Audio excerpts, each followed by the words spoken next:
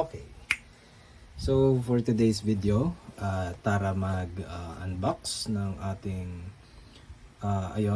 bagong dating and bagong restock ko ng rifle clamp saddle. This is for gun clamps. Pwede siya for cameras, etc. Pero mostly used for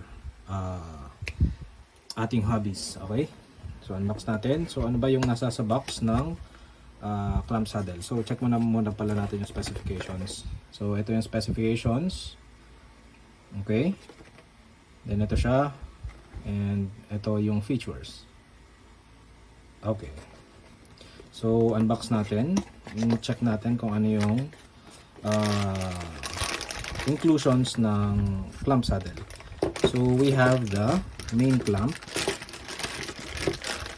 as you can see. Okay.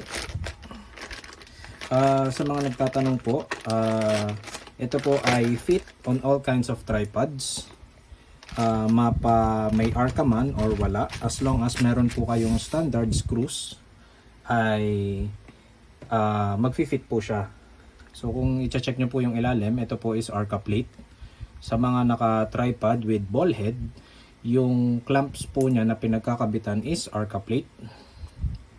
Nakalimutan ko lang kumuha ng sample, pero are pala, gamit ko pala din sa aking tripod. So ayun, arca plate, yung mga may ball head, kalimitan meron silang suksukan. Tapos yun na, inihahapit. Ngayon, kapag wala naman po tayong, ayun nga, yung ball head at ang meron lang sa atin is yung normal na camera tripods, pwede din po.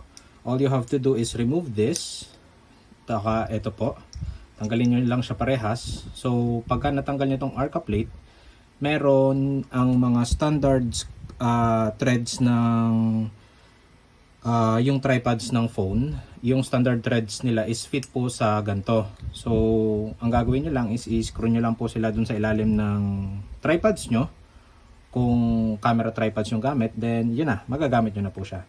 So ayun, we have the handpal